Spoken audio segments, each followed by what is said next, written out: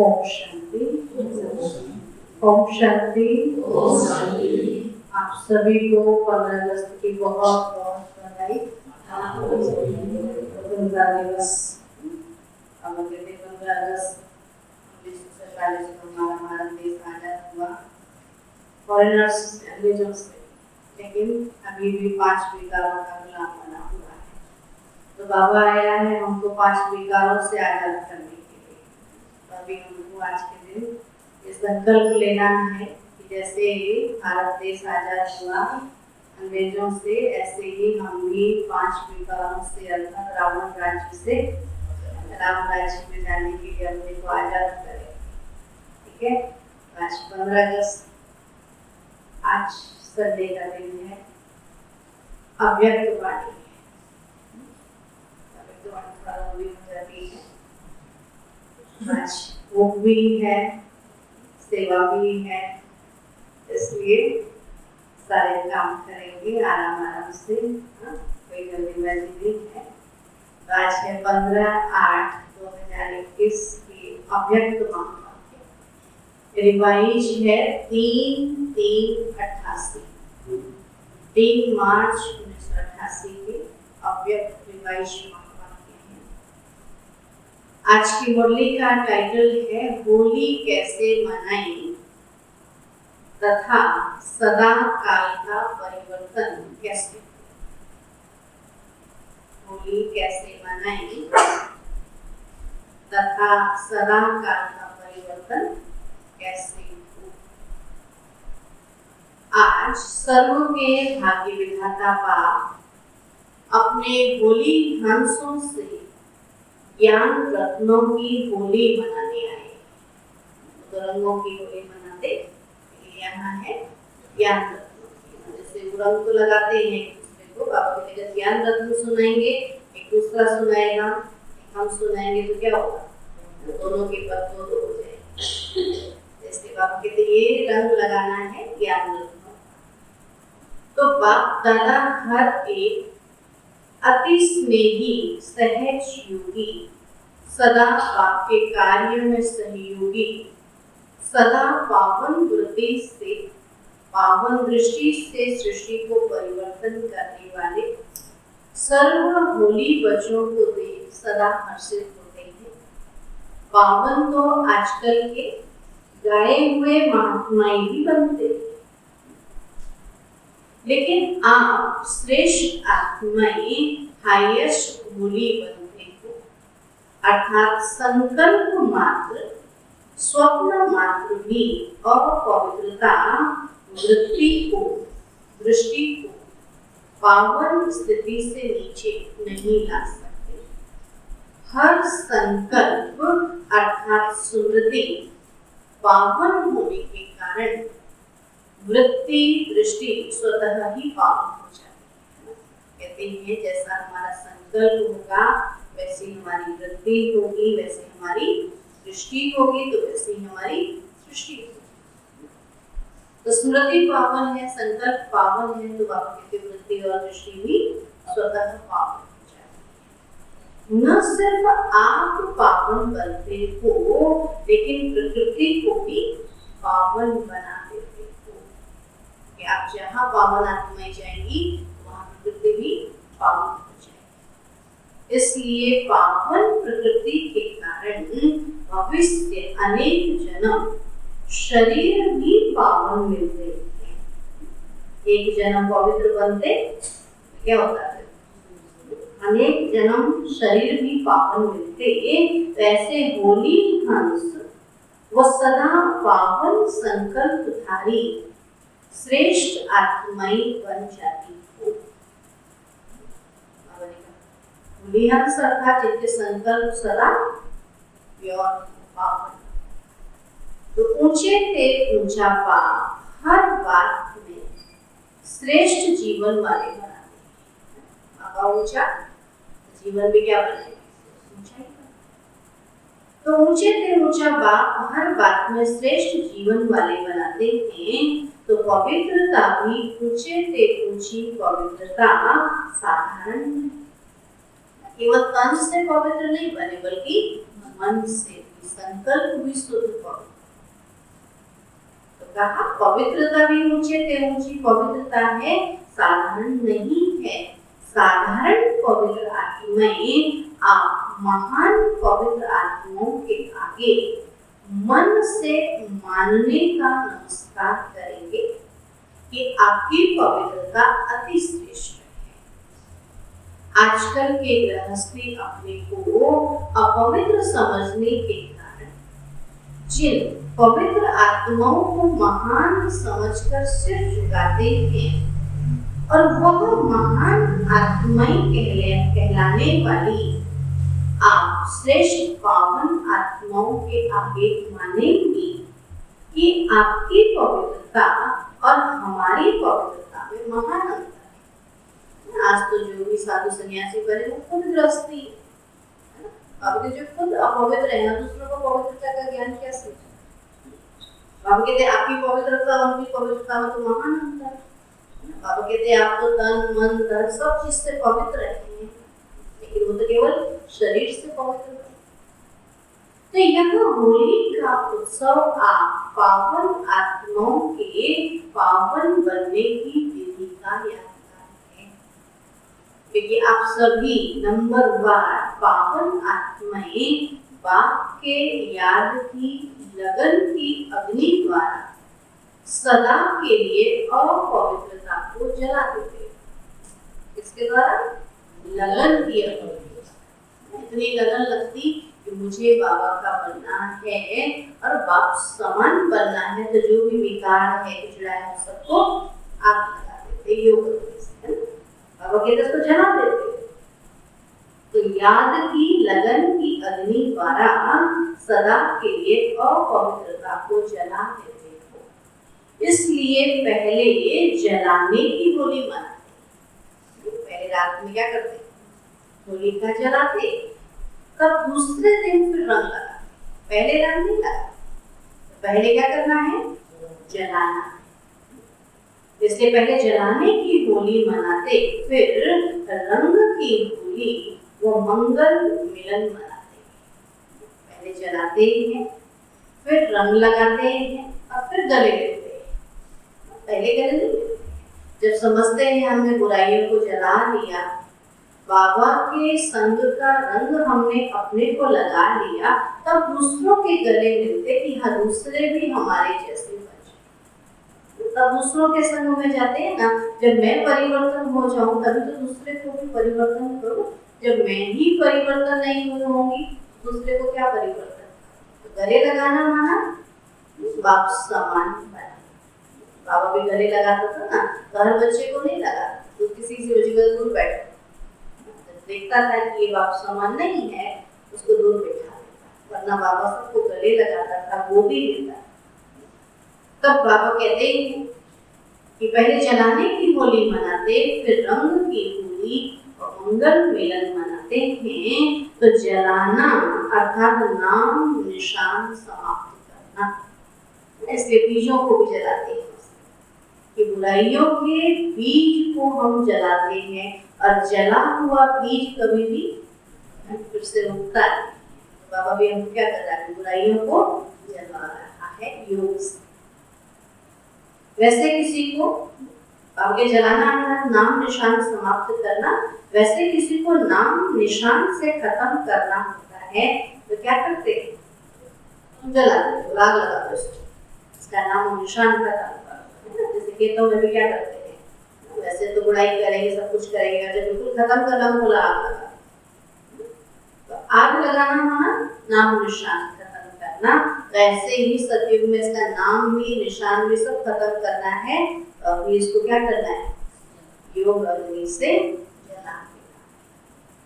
इसलिए रावण को भी मारने के बाद जला देते हैं।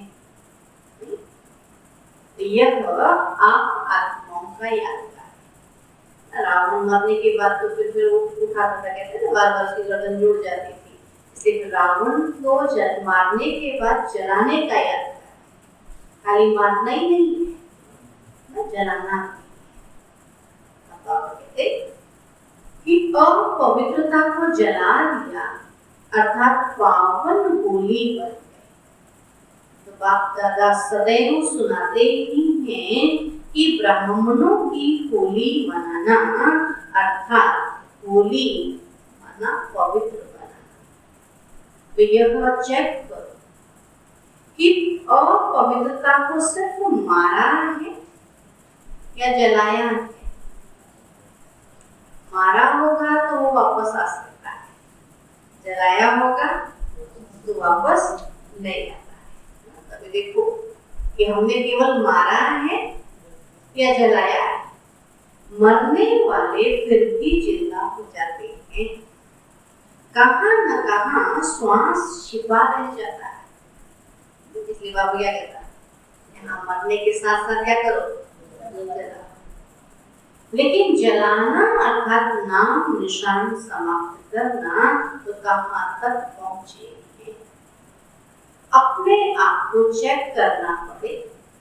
तो स्वप्न में भी अपवित्रता का छिपा हुआ श्वास फिर से जीवित नहीं होना चाहिए। इसको कहते हैं श्रेष्ठ पावन आत्मा। संकल्प से स्वप्न से भी परिवर्तित हो जाते हैं। संकल्प से स्वप्न भी परिवर्तित हो जाएगा। संकल्प हमारे अच्छे हैं तो स्वप्न भी स्वतः अच्छे हो जाएंगे। कईयों को क्या होता है, स्वप्न परेशान करते हैं, क्या करें, सो भी नहीं पाते, सोते हैं तो स्वप्न ऐसे परेशान करते हैं कि नींद भी नहीं करते। लेकिन अगर हमने अच्छे संकल्प चलाना शुरू किया तो स्वप्न में भी कभी परेशानी नहीं। बाबा कहते आज वतन में बाप दादा बच्चों के समय प्रति समय संकल्प द्वारा व लिखित द्वारा बाप से किए हुए वायदे देख रहे थे। चाहे स्थिति में महारथी, चाहे सेवा में महारथी, दोनों के समय प्रति समय के वायदे बहुत अच्छे अच्छे किए हुए हैं। आप कहते कैसे भी महारथी हो, चाहे स्थिति में महारथी हो, चाहे आप कहते सेवा में महारथी हो। लेकिन बाबा पहले से क्या करते थे, हर जो भी त्योहार आता था उसमें संकल्प लिखवाते थे। अभी तो लिखना ही छोड़ दिया, अभी तो मुरली लिखते हैं, संकल्प कोई भी नहीं लिखते। पहले से एक एक कागज दिया जाता था, बोलते थे संकल्प लिखो। जैसे राखी आ रही है ना, राखी में संकल्प लिखो। ऐसे नए साल पर लिखो, दीपावली में लिखो। तो बाबा कहते वो संकल्प और वायदे बहुत अच्छे अच्छे किए हुए हैं। तो महारथी भी दो प्रकार के हैं। एक है अपने वरदान व वर्षे की प्राप्ति के अनुपुरुषार्थ के आधार से महारथी। बाबा ने जो वरदान दिया पुरुषार्थ के आधार पर। और दूसरे हैं कोई न कोई सेवा की विशेषता के आधार से महारथी। एक तो वरदान मिला है तो सेवा कर रहे हैं, अरे सेवा कर रहे हैं तो महारथी बन गए। जैसे व्यक्ति एक्सरसाइज करते करते क्या बन जाता है, पहलवान बन जाता है। तो बाकी तो पुरुषार्थ करते करते क्या बन गए, महारथी बन गए। सेवा करते करते महारथी बन गए। और एक होते हैं पैदाइशी, उनके माँ बाप क्या है, पहलवान है तो बच्चा भी क्या बनेगा। एक होता है माँ बाप चल रहे ज्ञान में तो बच्चे भी चल रहे तो महारथी है, तो वो कोई बड़ी बात नहीं। सेवा करते तो दो प्रकार के महारथी हैं, कहलाते दोनों ही महारथी हैं। लेकिन जो पहला नंबर सुनाया स्थिति के आधार वाले, स्थिति उनकी बहुत अच्छी, स्थिति वाले महारथी, वह सदा मन से अति इंद्रिय सुख के, संतुष्टता के, सर्व के, दिल के स्नेह के, प्राप्ति स्वरूप के झूले में झूलते रहते हैं। क्या कहते हैं कि भले ज्ञान नहीं सुना सकते, भले बहुत बड़ा कार्य नहीं कर सकते, लेकिन उनकी स्थिति बहुत अच्छी है। हमको इनसे ज्ञान नहीं सुना, बस इनकी स्थिति से ही हमारी स्थिति स्वतः बन जाती है। स्थिति हमारे क्या करते हैं, अपने मन से अतिरिक्त सुख के, संतुष्टता के, सर्व के, दिल के स्नेह के, प्राप्ति स्वरूप के झूले में झूलते हैं। और दूसरा नंबर सेवा की विशेषता के आधार वाले तन से अर्थात बाहर से सेवा की विशेषता के फल स्वरूप संतुष्ट दिखाई दे। तन से बहुत सेवा कर रहे हैं, बहुत मेहनत कर रहे हैं, तो बाहर से क्या दिखाई देंगे? संतुष्ट दिखाई देंगे। सेवा की विशेषता के कारण सेवा के आधार पर मन की संतुष्टता है कि हाँ हमने बहुत अच्छी सेवा की है, तो अपने मन को क्या करते हैं? सेवा से संतुष्ट करते। तो सेवा की विशेषता कारण सर्व का स्नेह भी होगा, लेकिन मन से व दिल से सदा नहीं होगा। कभी बाहर से कभी दिल से। सेवा कर दी तो खुश हो जाएंगे दिल से, नहीं करी तो। लेकिन सेवा की विशेषता महारथी बना देती है और गिनती में महारथी की लाइन में आता है। सेवा करने से गिनती, बाबा कहते गिनती में महारथी की लाइन में आता है। स्थिति मुख्य तो क्या है? स्थिति। तो आज बाप दादा महारथी व पुरुषार्थी, महारथी और पुरुषार्थी दोनों के वायदे देख रहे। अभी अभी नजदीक में वायदे बहुत किए हैं, तो क्या देखा कि वायदे से तो फायदा होता है, लेकिन दृढ़ता, क्योंकि दृढ़ता का फुल अटेंशन रहता है। जब वायदा करते हैं तो दृढ़ता का फुल अटेंशन रहता है। बचपन में कहानी सुनते थे ना, गुरुजी ने एक व्यक्ति को बोला एक दृढ़ संकल्प करो।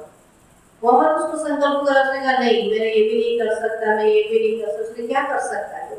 उसने कहा एक संकल्प कर सकता हूँ, मेरे बगल में घर में एक पड़ोसी रहता है, वो गंजा, और जब तक मैं उसका गंजा सिर नहीं देखूं तब तक मैं खाना नहीं खाऊं। सुनते हैं ना? एक संकल्प किया, कहते हैं ना, सुनिए कहानी, सभी ने सुनी है? नहीं सुनी? बचपन की कहानी कहते हैं, उसने खड्डा खोदा, कहीं उसको सोने हीरे मिले।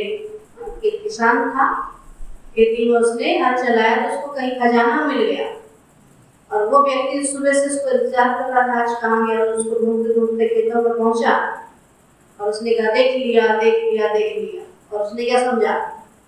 तो मुझे खजाना मिला, से खजाना देख लिया। तो उससे उसने कहा तो चुप चुप, अभी आधा पूरा आधा आया। एक संकल्प से क्या हुआ? उसको खजाना मिल गया। तो ऐसे बाबा कहते हैं यहाँ भी जब बाबा से हम वायदे करते हैं तो वायदे से जरूर कुछ न कुछ फायदा होता है। तो अभी हमने क्या संकल्प किया? इसलिए बाबा कहते हैं वायदे से फायदा तो होता है, क्योंकि दृढ़ता का फुल अटेंशन रहता है। बार बार वायदे की स्मृति समर्थी दिलाती है। कई मन भटकता भी नहीं, हमने वायदा किया बाबा से, हम इसमें अटेंशन, हम ऐसा कार्य नहीं करते। इस कारण थोड़ा बहुत परिवर्तन भी होता है, लेकिन बीज दबा हुआ रहता है। जब बीज दबा हुआ होता है तो क्या होता है? इसलिए जब ऐसा समय व समस्या आती है तो समस्या व कारण का पानी मिलने से दबा हुआ बीज फिर से पत्ते निकालना शुरू कर देता है। वायदे के आधार पर चलते, जब तक वायदा याद रहता है टेंशन रहता है, और जैसे वायदा बोलते फिर से क्या होता है? बीज तो दबा रखा है ना, जला तो नहीं रखा है। दबाया बीज को तो क्या करते हैं? जब दबाते ही है ना जमीन में, जब तक बीज को दबाएंगे नहीं तब तक वो अंकुरित होगा। तो इसलिए बाबू ने बीज को दबाना नहीं है, बीज को क्या कर देना है? जला देना। तो अगर बीज बाबा कहते दबा हुआ होगा तो फिर से कोई समस्या का पानी मिलेगा, कोई ऐसी परेशानी आएगी तो वो क्या होगा? मेरा अंकुरित हो जाएगा। तो सदा के लिए समाप्त नहीं होता है। तो बात दादा देख रहे थे कि जलाने की होली इन्होंने मनाई। जलाने की होली किन्होंने मनाई? जब बीज को जलाया जाता है तो जला हुआ बीज कभी फल नहीं देता ना। वायदे तो सभी ने किए कि बीती को बीती कर जो अब तक हुआ, चाहे अपने प्रति चाहे औरों के प्रति, सर्व को समाप्त कर परिवर्तन करेंगे ना। संकल्प करते हैं ना, सभी ने अभी अभी वायदे किए हैं ना, रो रिहान में सभी वायदे करते हैं ना, हर एक का रिकॉर्ड बाप दादा के पास है। बहुत अच्छे रूप से वायदे करते, कोई गीत कविता द्वारा और कोई चित्रों द्वारा। वायदे करने का भी तरीका होता है ना सबका। कोई तो ऐसे लिख देंगे साधारण, कोई गीत गाएंगे बाबा से वायदे का, कोई प्रतिज्ञा लिखेंगे, और कोई चित्र बना करके बाबा को देंगे कि बाबा ये मेरी प्रतिज्ञा है। तो बाप दादा देख रहे थे कि जितना चाहते हैं उतना परिवर्तन क्यों नहीं होता, कारण क्या है, क्यों नहीं सदा के लिए समाप्त हो जाता। तो क्या देखा कि अपने प्रति व दूसरों के प्रति संकल्प करते हो कि यह कमजोरी फिर आने नहीं देंगे, या दूसरों के प्रति सोचते हो कि जिस किसी आत्मा से हिसाब किताब चुकू होने के कारण संकल्प बोल व कर्म में संस्कार टकराते हैं, उनका परिवर्तन करें। लेकिन समय पर फिर से क्यों रिपीट होता है?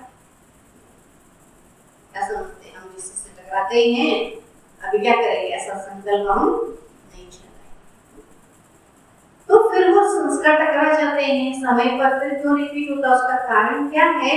सोचते हो कि आगे से इस आत्मा के इस संस्कार को जानते हुए स्वयं को सेफ रख उस आत्मा को भी शुभ भावना शुभ कामना देंगे। लेकिन जैसे दूसरे की कमजोरी देखने, सुनने व ग्रहण करने की आदत नेचुरल और बहुत तारीफों है, ये आदत नहीं रखेंगे कि ये तो बहुत अच्छा है, यदि तो ऐसा है तो ऐसा है, जब ये नेचर कोई भी क्या करेगा, उसके लिए क्या सोचेंगे, ये तो बहुत अच्छा है, लेकिन उसके स्थान पर क्या देखेंगे, क्या उस आत्मा से ग्रहण करें, ऐसा है ऐसा कहने के बजाय उस आत्मा में क्या विशेषता है, क्या अच्छाई है, और हमको उससे क्या लेना। तो बार बार अटेंशन में नहीं रखते, यह नहीं करना है ये तो याद रहता है, लेकिन ऐसी आत्माओं के प्रति क्या करना है, क्या सोचना है, क्या देखना है, वो बातें नेचुरल अटेंशन में ये आत्मा के अंदर ऐसी आते ऐसा नहीं होना चाहिए, ऐसा सोचते हैं। लेकिन मुझे ये बुराइयों को नहीं देखना है, लेकिन ये अच्छाइयों को देखना है, अच्छाइयों से हमको अच्छाई ग्रहण करनी है। तो यह बातें नेचुरल अटेंशन में नहीं रहती। जैसे कोई स्थान खाली रहता, उसको अच्छे रूप से अगर यूज नहीं करते तो खाली स्थान में किचड़ा या मच्छर आदि स्वतः ही पैदा हो जाते हैं। मन में अगर अच्छे विचार नहीं लाएंगे तो क्या आ जाएगा, बुरे विचार तो आप ही आ जाएंगे ना, गंदगी तो अपने आप ही आ जाएगी। क्योंकि वायुमंडल में मिट्टी, धूल, मच्छर आदि है ही, तो वह फिर से थोड़ा थोड़ा करके बढ़ जाता है, क्योंकि जगह भरी नहीं। ऐसे अगर अंदर में अच्छे संकल्प नहीं भरेंगे, अच्छे विचार नहीं चलाएंगे, तो धीरे धीरे क्या वायुमंडल में तो क्या है, है ना, अति बुराई है ना, तो फिर से क्या आ जाए। इसलिए अटेंशन दिलाते हैं ना, आप रोज नोटिस सुनना, रोज पढ़ाई करना, अगर नहीं किया तो फिर से उसी करीबी दुनिया में चले जाए। आगे तो वो फिर से थोड़ा थोड़ा करके बढ़ जाता है, क्योंकि जगह भरी नहीं है। क्या सुना चंदन भाई?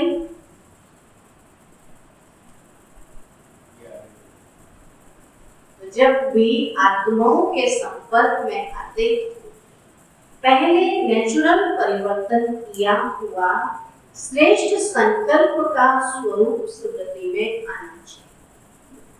अब क्या कहता, जब भी आत्माओं के संपर्क में आते हो तो पहले नेचुरल परिवर्तन किया हुआ जो श्रेष्ठ संकल्प का स्वरूप, हमने जो अपने अंदर परिवर्तन करना है उसके लिए जो संकल्प किया है वो हमारे अंदर पहले आना चाहिए कि मैंने क्या संकल्प किया। ये ऐसा देखने का संकल्प किया, मुझे बाबा को याद करना, अपने को आत्मा समझना है, अपनी अच्छाइयों को देखना है, बाबा की अच्छाइयों को देखना, दूसरे की अच्छाइयों को देखने का संकल्प किया है ना? तो पहले नेचुरल परिवर्तन किया हुआ श्रेष्ठ संकल्प का स्वरूप स्मृति में आना चाहिए, क्योंकि नॉलेजफुल तो हो ही जाते हो। जैसे बुराइयों के नॉलेजफुल है ऐसे ही अच्छाइयों के भी तो नॉलेजफुल होना। हर चीज के दो पहलू हैं ना, लेकिन हम कौन सा पहलू देखते हैं, अच्छाई वाला या बुराई वाला? देखना अच्छा है लेकिन देख लेते मन अंदर में क्या है, इसलिए जो हम देखते हैं माना वो मेरे अंदर में भी है। बाबा कहते इसलिए हमको सदा क्या करना है, हर एक की अच्छाई को देखना है, सभी के गुण, कर्तव्य, संस्कार, सेवा, स्वभाव परिवर्तन के शुभ संस्कार व स्थान सदा भरपूर होगा तो अशुद्ध को स्वतः ही समाप्त कर देगा। बाबा कहते सभी के गुण देखने, कर्तव्य, संस्कार, सेवा, सब बाबा कहते अच्छाइयों को देखना, तो अपने आप अशुद्धता क्या हो जाएगी, परिवर्तन हो जाएगा। जैसे सुनाया था, कई बच्चे जब याद में बैठते हैं या ब्राह्मण जीवन में चलते फिरते याद का अभ्यास करते हैं तो याद में शांति का अनुभव करते हैं, लेकिन खुशी का अनुभव नहीं करते। बाबा को याद करें, वाह मेरा भाग्य, इतना ऊंचा भाग्य मुझे मिला है, मेरे जैसा भाग्यशाली कोई है ही नहीं, भगवान की नजर मेरे पर पड़ी, माना बहुत भाग्यशाली हूँ ना। तो ये खुशी आनी चाहिए, शांति तो मिले ही मिले, खुशी भी तो आए, लेकिन हमको शांति तो मिलती है। एक बार खुशी से आंखों से आंसू आते हैं कि भगवान ने मुझे बनाया है, अपना बनाया है, तो माना मुझे उसने मुझ में कुछ विशेष देखा है, तभी तो मुझे बनाया, तो मुझे भी अपनी विशेषता को देखना है ना। लेकिन हम करते क्या रहते हैं, अपनी भी बुराई देखते रहते हैं दूसरों की, और फिर अपनी खुशी जो होती है वो गायब। बाबा ने कहा दूसरे की अच्छाई देखने के साथ साथ अपनी भी अच्छाई देखो कि मुझे बाबा ने क्या विशेषता देख करके चुना। तो बाबा की जो महिमा है वो मेरी महिमा। आत्मा के साथ गुण कहते हैं ज्ञान, शांति, प्रेम, आनंद, सुख, शक्ति, पवित्रता। तो बाबा सागर है तो मैं स्वरूप, बाबा ज्ञान का सागर है तो मैं ज्ञान स्वरूप हूँ। तो मेरे अंदर ज्ञान है, मैं आत्मा हूँ, ये सब आत्मा है। तो क्या मैं ज्ञान स्वरूप हूँ या मैं भी देह अभिमान में रहती हूँ, वो भी देह दे। बाबा ने ज्ञान स्वरूप बनना, मुझसे ज्ञान सुनाना नहीं है, लेकिन स्मृति स्वरूप बनना, हर घड़ी याद रखना कि मैं आत्मा हूँ। और हर एक को क्या करना, कोई कैसा भी है लेकिन किसने चुना है, भगवान ने चुना है। और भगवान की चुनी हुई चीज को मैं गलत कह सकती हूँ, कह सकती हूँ। आप घर में कोई चीज लाते दूसरा कहता है खराब होगा, मैंने ढूंढा है, मैंने ढूंढ के लाया, उतनी अच्छी चीज पहन के लाया, इसको तुम गलत कैसे कह सकते? तो भगवान की चुनी हुई इतनी आत्माओं को क्या हम गलत कह सकते हैं? कमी कमजोरी हो सकती है लेकिन गलत नहीं। हर एक आत्मा का अपना अपना पार्ट है। तो बाबा कहते हैं अपनी विशेषता को दूसरे की विशेषता को सुन करके जब याद में बैठते हैं तो शांति के साथ साथ खुशी होनी चाहिए। इसलिए योग में हमारा चेहरा खुशी वाला होना चाहिए, ना उदास या जबरदस्ती, ना कहीं तुमको लगता है क्या ताकत लग रही है योग लगाने में। क्योंकि याद में तो कैसे होती है, खुशी होती है। अभी देखो नाती पोते को याद करो तो कितनी खुशी होती है। अभी देखो भाई बहनों को याद करो कितनी खुशी होती है। स्वतंत्रता दिवस मना रहे हैं, पहले बचपन का स्वतंत्रता दिवस मनाना तो कितनी खुशी होती है। क्या होता था, स्कूल जाएंगे लड्डू मिलेंगे, खुशी होती थी ना। और आज कहाँ गई वो खुशी? वो खुशी क्यों नहीं आती? क्योंकि आज हमने ऊपर बोझ रखा है किसका बोझ? अपनी बुराइयों का बोझ, दूसरों की बुराई। और क्या देख रहे हो? नहीं तो कितने खुशी का दिन है आज। तब बाबा कहते हैं कि याद में शांति का अनुभव करते, लेकिन खुशी का अनुभव नहीं करते। सिर्फ शांति की अनुभूति कभी माथा भारी कर देती है। शांति शांति शांति, खुशी भी तो चाहिए। तो सत्युग में क्या होगा? खेलेंगे, खाएंगे, नाचेंगे, कूदेंगे। अब योग के नाम पे हम क्या करते हैं? बस बैठ जाते। योग कहाँ बैठ गए? योग माना खुशी, योग माना डांस, योग माना गाना गाना। बाबा कहते ये भी तो योग है ना। मीरा क्या करती थी?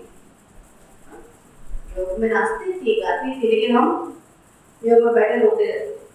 तो बाबा कहते कि बहुत शांति की अनुभूति कभी माथा भारी कर देती है और कभी निद्रा की तरफ ले जाती है। माथा भारी होगा तो क्या होगा? नींद आ जाए। तो शांति की स्थिति के साथ खुशी नहीं रहती। तो जहाँ खुशी नहीं वहाँ उमंग उत्साह। और योग लगाते भी अपने से संतुष्ट नहीं होते, थके हुए रहते। बोलेंगे ना, 2 बजे से उठ गए थे ना, इसलिए नींद आ, 2 बजे से उठ गए तो बैटरी इतनी चार्ज में नींद तो क्या होनी चाहिए? भागी जानी चाहिए। अगर योग लगाता, अगर योग नहीं लगा, फालतू चिंतन हुआ तो माथा भारी हुआ तो नींद आएगी। जिस दिन योग अच्छा लगता है उस दिन सारा दिन स्फूर्ति रहती है, उत्साह रहता है, खुशी रहती है, कोई निद्रा नहीं। अब आप कहते हैं कि योग लगाते भी अपने से संतुष्ट नहीं होते, थके हुए रहते हैं, सदा सोच की मूड में रहते हैं, सोचते ही रहते हैं। क्या सोचते रहते हैं?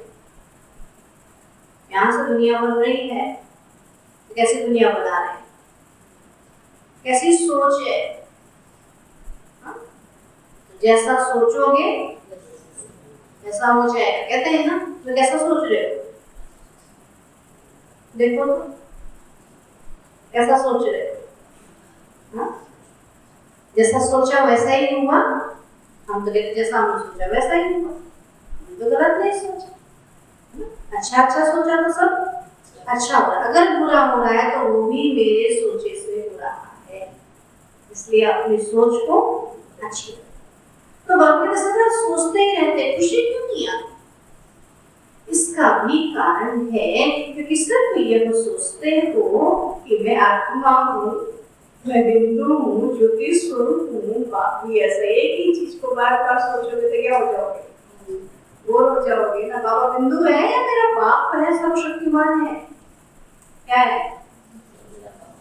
मेरा बाप है, सर्वशक्तिमान है, ईश्वर है, दिखने में बिंदु है। लेकिन हम क्या करते हैं? दूसरे को जब बताते परमात्मा तो बिंदु स्वरूप है, परमात्मा बिंदु स्वरूप है लेकिन है तो सर्वशक्तिमान। भगवान की महिमा ही उल्टी कर दिया हम लोगों ने। क्या कहते हैं? भगवान के लिए कहते हैं सर्वश्रेष्ठ है, सर्वशक्तिमान है, सर्वोच्च है, सर्वोपरि है। लेकिन हम क्या कहते हैं? शिव बाबा ज्योति बिंदु है, शांति का सागर है, प्रेम का सागर।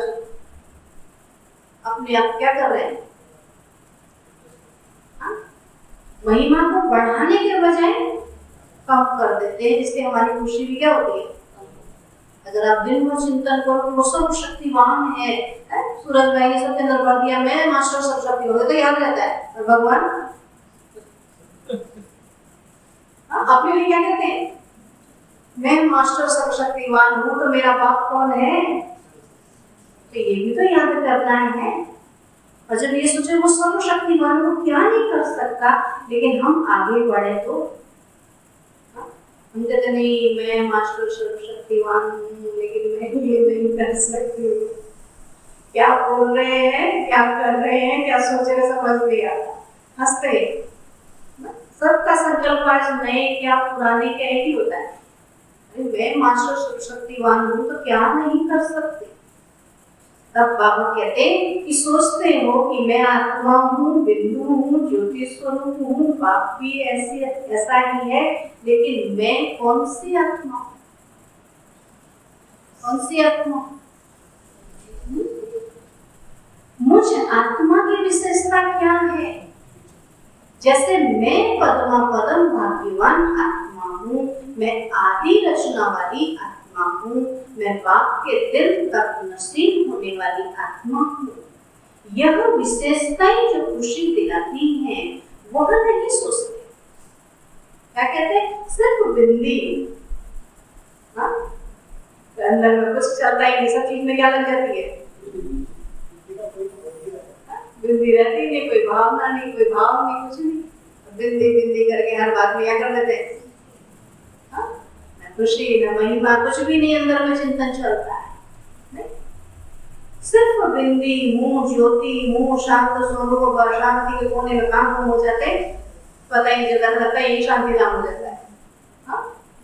तो बाबा के बच्चे कितने, बाबा ने कहा सर्वगुण संपन्न 16 कला संपन्न होनी चाहिए, लेकिन बिंदी हूँ कहते हैं। तो बाबा कहते हैं मैं सिर्फ बिंदी हूँ, ज्योति हूँ, शांत स्वरूप हूँ, तो नील में चले जाते हैं तो इसलिए माथा भारी हो जाता है। नील माना जीरो, सारा ज्ञान गुण शक्तियां सब खत्म, क्या बन गए? अरे अभी थोड़ी परम धाम जाना है, हमको सतयुग में जाना है, तो हमारे अंदर तो क्या होनी चाहिए? हाँ, ये सब स्थिति कैसी बना रहे? कहाँ जाने की बना रहे? सतयुग में या परम धाम में?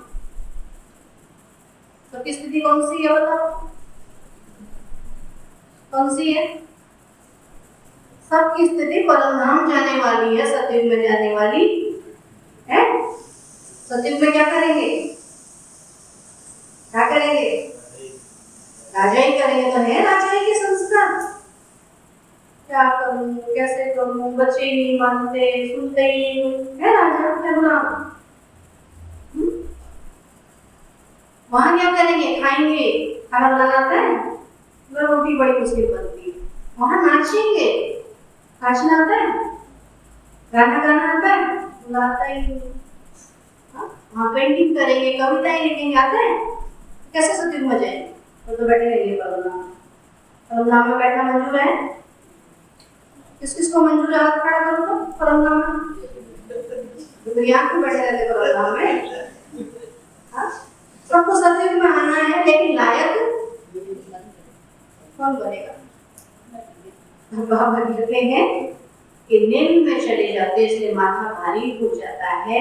ऐसे ही जब स्वयं के प्रति व अन्य आत्माओं के प्रति परिवर्तन का दृढ़ संकल्प करते हो, तो स्वयं प्रति व अन्य आत्माओं के प्रति शुभ श्रेष्ठ संकल्प व विशेषता का स्वरूप सदा इमर्ज रूप में रखो तो परिवर्तन हो जाए। जैसे यह संकल्प आता है कि यह है ही ऐसा, यह होगा ही ऐसा, यह करते ही ऐसा, इसके बजाय यह सोचो कि यह विशेषता प्रमाण विशेष ऐसा है, उसकी विशेषता है। जैसे कमजोरी का ऐसा और वैसा आता, वैसे श्रेष्ठता का विशेषता का ऐसा वैसा, श्रेष्ठता भी तो है। तो यह सामने लाओ, स्मृति को, स्वरूप को, वृत्ति को, दृष्टि को परिवर्तन में लाओ। इस रूप से स्वयं को भी देखो और दूसरों को भी देखो। इसको कहते हैं स्थान भर दिया, खाली नहीं छोड़ा। जहां हम ऐसा वैसा देखते हैं, व्यर्थ देखते, तो वहां उसकी क्या करो? विशेषताओं को देखो, अपनी विशेषताओं को देखो। तो यही खाली स्थान को भर देना। अच्छी, जब फ्री टाइम होता है ना, उस समय अच्छा चिंतन करना। पहले से लोग क्या करते थे? जब समय होता था लिखते थे, कहानी लिखते थे, गीत लिखते थे, कविता लिखते थे। आज क्या लिखते? इसकी उसकी लिखते रहते, फ्री हुए नहीं। इसने ऐसा किया तो है ही ऐसा, ये ऐसा, ये ऐसा, ये ऐसा, पूरा टाइम इसी में चला जाता। तो इस विधि से बाबा कहते हैं जलाने की गोली मनाओ, अपने प्रति व दूसरों के प्रति ऐसे कभी नहीं सोचो कि देखो हमने कहा था ना कि यह बदलने वाले हैं ही। लेकिन उस समय अपने से पूछो कि क्या मैं बदला हूं? स्व परिवर्तन से औरों का भी परिवर्तन सामने आएगा। तो हर एक ये सोचो कि पहले मैं बदलने का एग्जाम्पल बनूं। इसको कहते हैं गोली जलाना।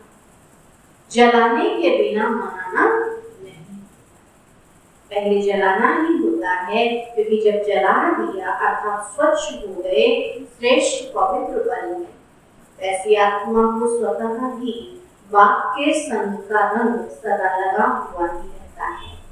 और और सदा ही ऐसी आत्मा बाप से व सर्व आत्माओं से मंगल मिलन अर्थात कल्याणकारी श्रेष्ठ शुभ मिलन मनाती ही रहती है। समझा? ऐसी होली मनानी, जहाँ उमंग उत्साह होता है वहाँ हर घड़ी उत्सव है ही है। तो खुशी से खूब मनाओ, खेलो, खाओ, मौज करो, लेकिन सदा होली मिलन मनाते हो। अच्छा, सदा हर सेकेंड बाप द्वारा वरदान की मुबारक लेने वाले, सदा हर ब्राह्मण आत्मा द्वारा शुभ भावना की मुबारक लेने वाले, सदा अति श्रेष्ठ पावन आत्माओं को, सदा संग के रंग में रंगी हुई आत्माओं को, सदा बाप से मिलन मनाने वाली आत्माओं को बाप दादा का याद, प्यार और नमस्ते। हम रूहानी बच्चों की रूहानी बाप दादा को नमस्ते नमस्ते नमस्ते। पर्सनल मुलाकात के समय वरदान के रूप में उच्चारे हुए महावाक्य। बाबा कहते सदा अपने को बाप की याद की छत्र छाया में रहने वाली श्रेष्ठ आत्मा अनुभव करने को, सदा अपने को बाबा की याद की छत्र छाया में रहने वाली श्रेष्ठ आत्मा अनुभव करने को। छत्र छाया ही सेफ्टी का साधन। इस छत्र छाया से संकल्प में भी अगर पांव बाहर निकालते हो तो क्या होगा? रावण उठाकर ले जाएगा और शोक वाटिका में बिठा देगा। अगर बाबा की याद से निकले तो फिर रावण की छत्र छाया में चली जाए। तो वहां तो जाना नहीं है, सदा बाप की छत्र छाया में रहने वाली बाप की स्नेही आत्मा हूँ, इसी अनुभव में रहो और इसी अनुभव से सदा शक्तिशाली बन आगे बढ़ते रहेंगे। दूसरा पॉइंट है सदा अपने को बाप दादा की नजरों में समाई हुई आत्मा अनुभव करते हो। गाना गाते हैं नजरों में समाई रहते, ऐसा समझते नजरों में नहीं। इसके बाबा ने बोला जिसके विशेषता होती है नजरों में रहते, दुनिया की नजरों में भी रहते हैं तो बाबा की नजरों में भी। तो अपने को बाबा कहते बाबा की नजरों में समाई हुई आत्मा अनुभव करते हो। नैनों में समाई हुई आत्मा का स्वरूप क्या होगा? आंखों में क्या होता है? बिंदी। देखने की सारी शक्ति बिंदी में है ना, तो नैनों में समाई हुई आत्मा सदा बिंदी स्वरूप में स्थित रहने वाली, कहने वाली नहीं, स्थित रहने वाली। ऐसा अनुभव होता है ना, इसको ही कहते हैं नूरे रतन। तो सदा अपने को इस स्मृति से आगे बढ़ाते रहो, सदा इसी नशे में रहो कि मैं नूरे रतन आत्मा हूँ। मेरी नजरों में बाबा समाया है और बाबा की नजरों में मैं समाई, तो मैं बाबा की नूरे रतन आत्मा। वरदान है अपनी अलौकिक रूहानी वृत्ति द्वारा सर्व आत्माओं पर अपना प्रभाव डालने वाले, अपनी अलौकिक रूहानी वृत्ति द्वारा सर्व आत्माओं पर अपना प्रभाव डालने वाले मास्टर ज्ञान सूर्य।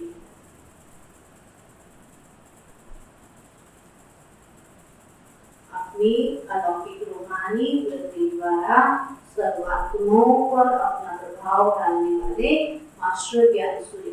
सूर्य का प्रभाव सबके ऊपर पड़ता है। तो जैसे कोई आकर्षित करने वाली चीज आसपास वालों को अपनी तरफ आकर्षित करती है, सभी का अटेंशन जाता है, वैसे जब आपकी वृत्ति अलौकिक रूहानियत वाली होगी तो आपका प्रभाव अनेक आत्माओं पर स्वतः पड़ेगा।